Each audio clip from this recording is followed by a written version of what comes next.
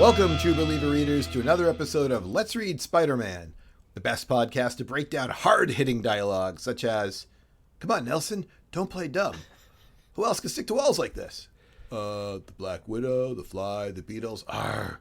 Foggy, I think it's Spider-Man in a silly outfit. Give the lady a biscuit."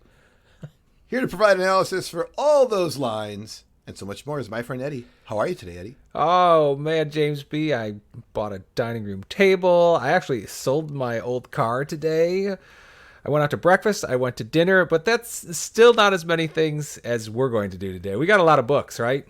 5 or 6 this podcast for sure. Yeah. But you didn't break down my whole segment there with Foggy Nelson and Spider-Man and whichever female is in the room. You know, you may have noticed I avoided it. There were a lot of quotes that were in there, and let's see, Foggy Nelson, he must be commenting to Daredevil. I can't remember who, the Black Widow and the Beetle, about sticking to walls. This is tantalizing podcasting. Let's just go to the book that actually has Daredevil and this quote in it. And that book is from May of 1984. Stanley presents Marvel Team Up 141, featuring Spider-Man and Daredevil in Blind Justice. Written by Tom Defalco and Jim Owsley. Art by Greg Larocque and Mike Esposito. Picking up from Marvel Team Up 140, Matt Murdock is still trying to get his client free, but the criminal who Spider-Man captured at the end of that book, Eddie, provided the murder weapon. And also appears to be innocent. So this book focuses on the new pawn shop owner trying to employ street criminals to give them a chance to change, as the Black Widow thinks one of them has to be the killer, while Daredevil goes to the Kingpin's man, the Arranger, to negotiate a deal with the Kingpin's help. The new pawnbroker confesses to the crime, and although the innocent go free and the guilty go to jail, Spider-Man is upset that Daredevil and the Kingpin worked together.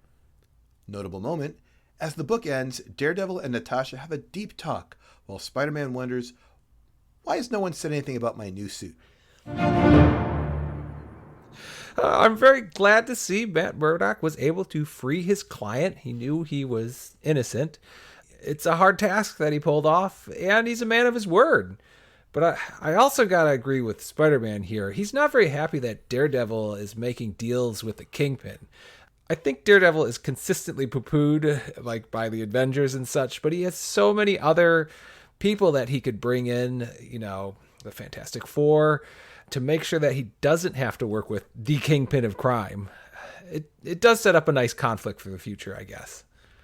This book has a lot of people in it between like Daredevil and the Black Widow and Daredevil's crew. It has a little bit of a mystery to it. It ties to the previous story, so there is a little bit of a flashback. But I don't know. I really like this book. I never owned this book. I don't think there's any part I didn't enjoy about that book. Let's see if I feel the same about this next book.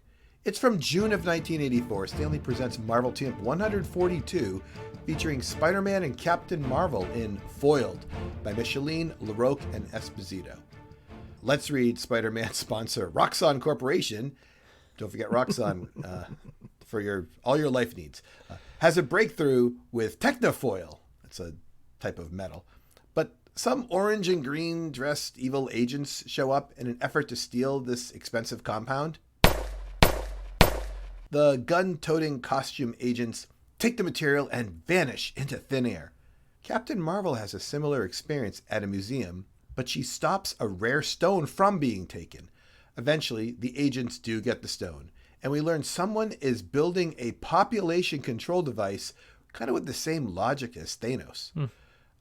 This device messes with Captain Marvel, making it hard for her to change out of her light form.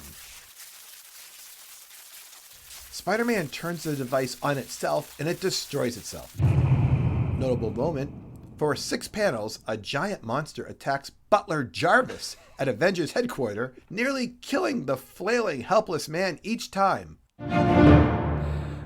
Poor Jarvis. Well, I noticed that this machine is called the PRIDE with periods in between Pride machine. It even generates dimensions in different colors. I really wanted this to be some sort of coded LGBTQ thing going on, but it doesn't appear to be one. It's really good to see Captain Marvel too. She's a great character. I don't have a ton of criticism for this book, actually, because we have the Roxanne Corporation there. There's goons with curious teleportation power. Captain Marvel has legitimate trouble here, and Spider-Man saves the day, almost. I guess I would appreciate the mad scientist was a little more well known. Maybe Ludwig Reinhardt is available next time around for Marvel Team Up. I don't know. When he's not busy making our Tinkbump toys, you mean? That's right. Our next book is from July of 1984. Stanley presents Marvel Team Up 143, featuring Spider-Man and Starfox in Shifts and Planes by Michelinie, Larocque, and Esposito. Eddie, Avengers trainee Starfox volunteers Spider-Man to join him in an interdimensional mission to fix Captain Marvel. In his new world, two Mad Max factions, the Elysian and the Mako, I think is how you pronounce these, are fighting. Yeah. One is led by attractive women, helping commoners. They're clearly the good guys. Starfox volunteers Spider-Man to fight the leader of the bad guys. After a big battle, Spider-Man wins, and the good guys thank Starfox and Spider-Man by destroying the machine that was causing Captain Marvel to stay in light form. The heroes return back to our dimension, where once again, a human Captain Marvel awaits. Notable moment, all the pretty girls love Starfox, and only one little tween named Tamby likes Spider-Man. Oh, what a book. There's cosmic interdimensional space travel. It's got to be a Marvel team up, right? Embrace the wildness and speed in which this title moves, James B. You didn't mention the bad guy's name. It's Will Killer. It's hilariously great. My only question is he killing my will, or will he kill me? Which one do you think it was, James B? There was a reason why I didn't mention it. I think he's killing my will because this book suffers from the same problems that wild Marvel team-ups so often do. There's just so much new story to explain. It'd be better if we had a few less characters, new characters for sure, that come from places that aren't so cosmic and interdimensional, because it takes up a lot of the book to talk about these different tribes that we're probably never going to see again. That's great analysis, Eddie. You're really you're having a great job with this book. Oh, thank you. I think we should mix things up real quick and give you an opportunity for something I like to call, does Eddie know this character from the MCU?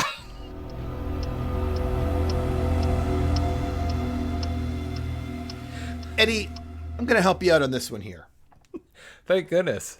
Starfox only appears in an MCU movie at the end. And I'm even going to tell you what movie it is.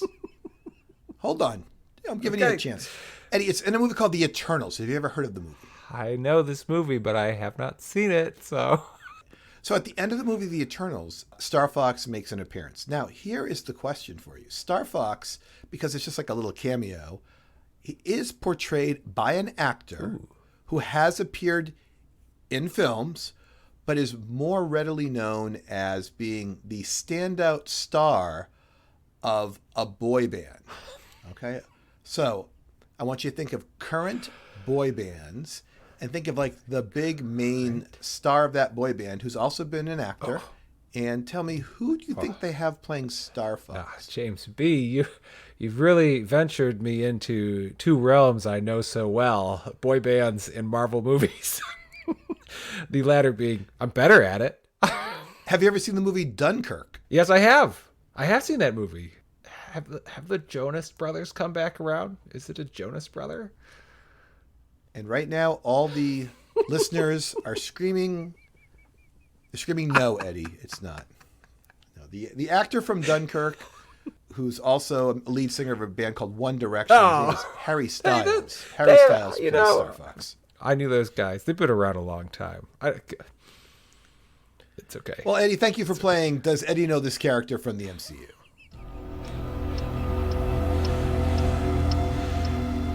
James B., I just love that segment so much, James B. Let me get us out of it into our next book, okay? Yes, we should go to the next book. But one thing I want to tell you, which is even good news for you, is you commented about the previous book that it would be better if there were not so many new characters and characters that had to be explained. This next book does have characters that we already know. Woo! So hopefully you enjoyed as much as I did. And that book is from August of 1984. Stanley presents Marvel Team Up 144, featuring Spider-Man and Moon Knight in My Sword I Lay Down by Cary, Burkett, Michelinie, Larocque, and Esposito. Once again, we have a Let's Read Spider-Man sponsor. This time it's White Dragon. He's killed a friend of Moon Knight.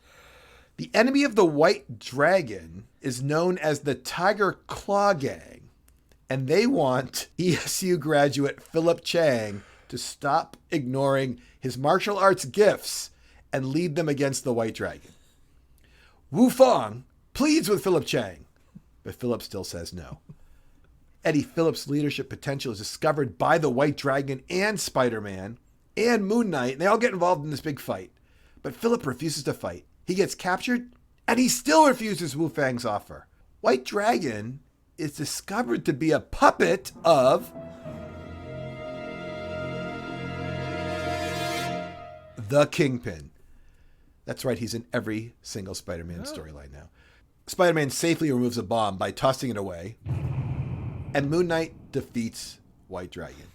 Notable moment, Philip Chang's parents died. Why are you laughing? This isn't funny. Oh, my. In China in an attack meant for him. Oh, my.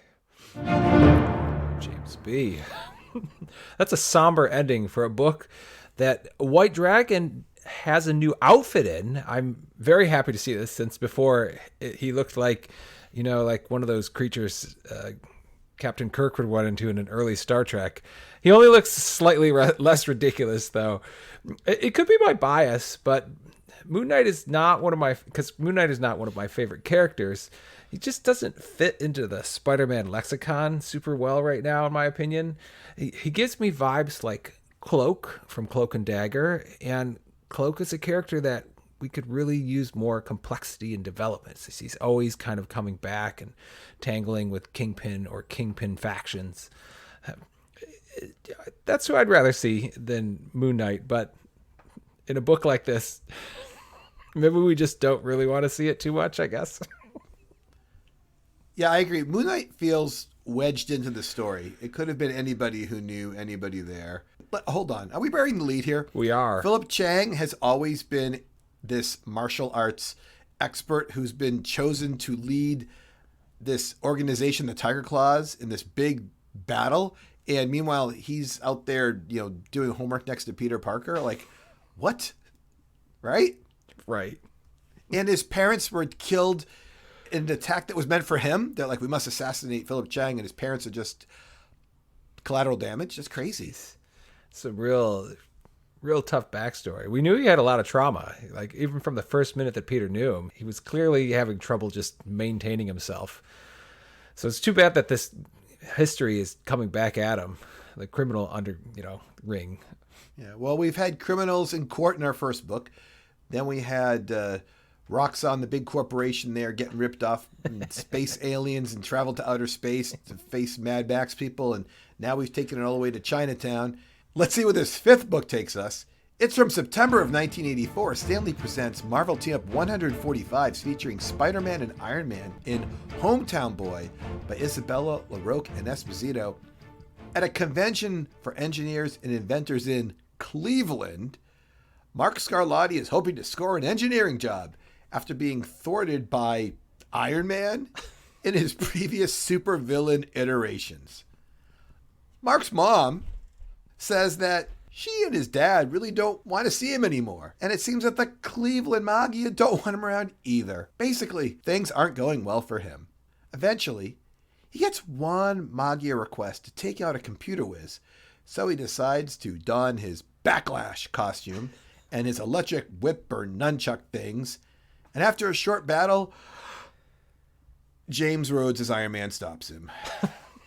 The book ends with the supervillain delusional that either his mom or the New York Magia are coming to his aid, and neither do. Notable moment, Spider-Man makes an appearance in this issue. How could you not like this book, James B? It has the Meatballs Back Boys, Guess Again Ponytail, to slice Iron Man into paper clips, and at the very end, the last slide, James B, Mom will be so proud of me.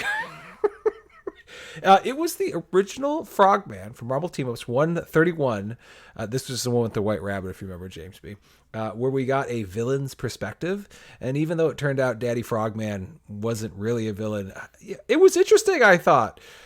But that book only had a small portion about Frogman. And particularly with a D-level villain like Backlash, it is super uninteresting to learn about him. I don't know. Something about the Kingpin, or like if we had followed around the younger Frogman, that would have been significantly more interesting. This is my favorite book so far. Absolutely no question. I'm not even saying this to create... What? This was the best book. I get it. Daredevil is a lawyer. Whoopie-doo. They solved the murder. Yippee-doo. I don't need people flying around in cosmic space. Boring, boring, boring. Okay. The White Dragon book, I admit, that puts up a good fight. Unlike Philip Chang, who put up no fight at all. That was an okay story. Doesn't want to fight. But this book is so interesting. It's one of those, like, learning the red shirts from Star Trek. Or, Eddie, if you look at this book from a perspective of what's it like to be a supervillain, like really, not just now I'm going to go stop the world. This is a great book. This guy, he's trying to get a regular job in the book, and in the end, he still is delusional. Oh, this was so good. This is how all supervillains really are inside. I came away from this thinking, like, now I understand supervillains so much better. I'm not even joking. It's I know you're crazy. laughing. This book is the best book. It sounds like you're lying completely to me. I am not. There's scenes here where he things happen to him that we would think any supervillain might be angry about. I've said many times, like, when society wrongs you, and here's these two guys, even as him as an adult, are like pouring water on his head in a cafeteria that they were in. He's getting wronged all over the place, but it's so cliche. It's just what we could assume happens to all supervillains when they become supervillains. But there's no other books like this. No one takes the time to actually say this is what really happens. It always seems to work out really good, or they're just let out of jail on good behavior. Kudos to Isabella for writing this story. I'm sorry. I really enjoyed this I don't care if this is a filler story, All right. Well, good for you, James B. I am very happy to pass it by. Yeah, you don't need to include this in your special Marvel Team-Up episode we're going to be doing. So. It will not be in there. Eddie, before we do the last book, I think we're going to do our sponsor to break things up. Is that okay? Okay, yeah. Let's get in there. All right. Eddie, do you love toys? Well, the Tinkerer has gathered 3 Marvel villains, experts, to help design the newest line of Marvel Team-Up action figures. Always available monster creator Baron Ludwig von Schupp, the Mad Finger, and the Puppet Master have lent their expertise to create toys kids want to play with and collectors like Eddie want to collect. This 21st set has 4 figures from this classic run of books featuring the outstanding art of Greg Larocque and Mike Esposito. The set includes, from Marvel Team-Up 143, Tammy, the Elysian Tween Girl.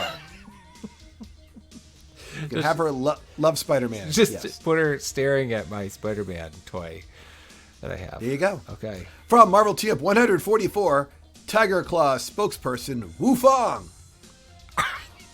He can be like, hey, we really need Philip Chang to come. Is he beckoning with his hand? I can move his hand to beckon with. From Marvel Team-Up 145, Mark Scalatti's disappointed mom. Oh, that's Backlash. Mom will be so proud of me. Right. You could retell the story and make it the way you want it to turn out, but she could be proud of him. And premium figure from Marvel Team-Up 142, Avengers Butler Jarvis. He was involved in a lot of combat. That's true, but hopefully he doesn't look so scared. Is he just carrying a platter? Do we know the position of him also? It doesn't say in the copy, I'm sorry. Well, 4 more thrilling figures for somebody out there. Well, as I said, so far we've had a couple sci-fi books, a couple Know Thyself books, and finally we have a Marvel Team-Up annual at the end here, Eddie. All right. This was actually from October of 1984. Stan Lee presents Marvel Team Up Annual 7. Yes, they made 7 of these. Featuring Spider-Man and Alpha Flight in The Collected Spider-Man by Louise Simonson, Paul Neary, and Sam De La Rosa. The Collector catches Spider-Man while pursuing and capturing Marina of Alpha Flight. The rest of Alpha Flight come to rescue her. There's a very long, action-packed battle between the Collector and the team of Alpha Flight, the ones that are there, and they defeat the Collector. The Collector claims more to be like a Noah's Ark guy. He's suggesting to the heroes that things he collects would not do well on Earth also, so they should let him recapture these beings that he has and then send him back on his way, and he'll leave Marina and Spider-Man behind. That's basically the book. Notable moment. The book ends with a relieved Black Cat telling Spider-Man she didn't go looking for him in any way that would jeopardize his secret identity. Eddie, I know it was kind of a short summary, so I left you a lot of space here to tell us about what happened here. James B., a Marvel team-up is usually pretty wild, but like when we have an annual Marvel team-up, all sorts of things can happen. We're back to dealing with cosmic beings. But let me explain to you why a book like this suffers, okay? You talked about Marina because we talked about Marina because she's a character that kind of confused us. We only got a partial explanation of what's going on with her. She is a Plodex. Plodexes are powerful space creatures sent from a world that had run out of resources, and the idea was to conquer the new world. So whatever inhabitants were on it, they would kill or defeat or whatever. And then, so Marina's natural demeanor is to kill whatever the dominant creature is. But her egg fell into the ocean, and she looks like an aquatic dragonfly, and she's mostly nice because some old people raised her like she was their daughter. But if she gets angry, her like world-destroying powers kick in, and that's what Puck in this book is constantly worried about, that Marina is going to fly off the handle and start doing that. That is a tiny piece of the many, many things that happen in this book that could very well be just as confusing too. But, you know, despite these long-winded stories that are really crammed in here, I'm saying it again, James B., Marvel Team-Ups has converted me. It's writing like this that gives the main titles the opportunity to pull whatever they want. They have all these options for Marvel team-ups. You know, they could just pull one character from Alpha Flight or the whole Alpha Flight and bring it into the main title because they've seen and experimented with Spider-Man, you know, in different contexts. So, although, once again, we have far too much story and new stuff, it's a Marvel team-up, James B. You gotta love it for what it is. I agree that Marvel team-ups have become kind of special to me too, but I'm never going to be able to get past someone has to write an entire story, including all the backstories of all the heroes and villains, wedge it into one story and conclude it. They're just never going to be my cup of tea. If people want to tell us if they like or don't like Marvel Team Up, how could they reach us? You could email us at letsreadspiderman@gmail.com, or you could click on the show notes of this podcast and find us in Discord. Now it's time for the close. I'm James B., joined by Eddie. And remember, listeners, if you kidnap people from different galaxies and they escape on this planet, Earth's mightiest superheroes will help you recapture your prisoners. Goodbye. Goodbye.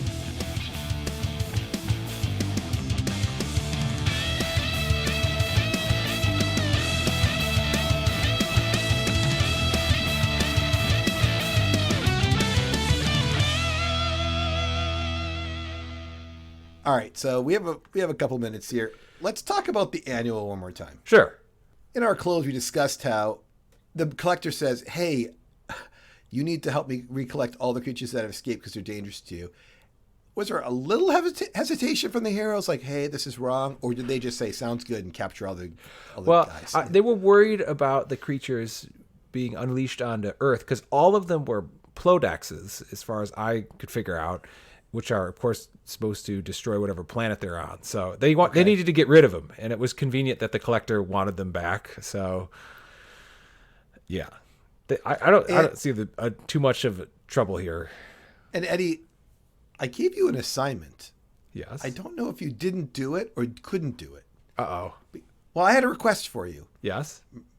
My request is, I said to you, listen, I said, when you read the annual, Yeah. I said, I'm really having problems understanding one of the characters. Did you think it was Marina? I did. I thought that's what you were talking about. No, it's it's those twins. They have these two twins. And one of the girls has the Alpha Flight twin girl has like a split personality. That's so weird because Marina has the split personality, I thought, because she could be evil, but then she could be good because, she's like her fundamental self is evil. Yeah, she's there's some sort of Alpha Flight girl, and she has like a split personality. She has like a different name when she's in it. It's like, I mean, they're Canadian names, so I don't know. She's like, Jean Ray or something versus so-and-so. And I couldn't figure that story out at all. So I put in my little notes to you, like, Eddie, please straighten this out for me. Because I don't, and then you went on the Plodex thing for a million years. I'm like, I thought the Plodex thing was just like, whatever. But okay, well, it seems like you couldn't figure it out either. That's why Alpha Flight doesn't have a movie yet. Yeah, it's funny that we got confused about two different characters that have split personalities, as if we needed more things to try to figure out in this book.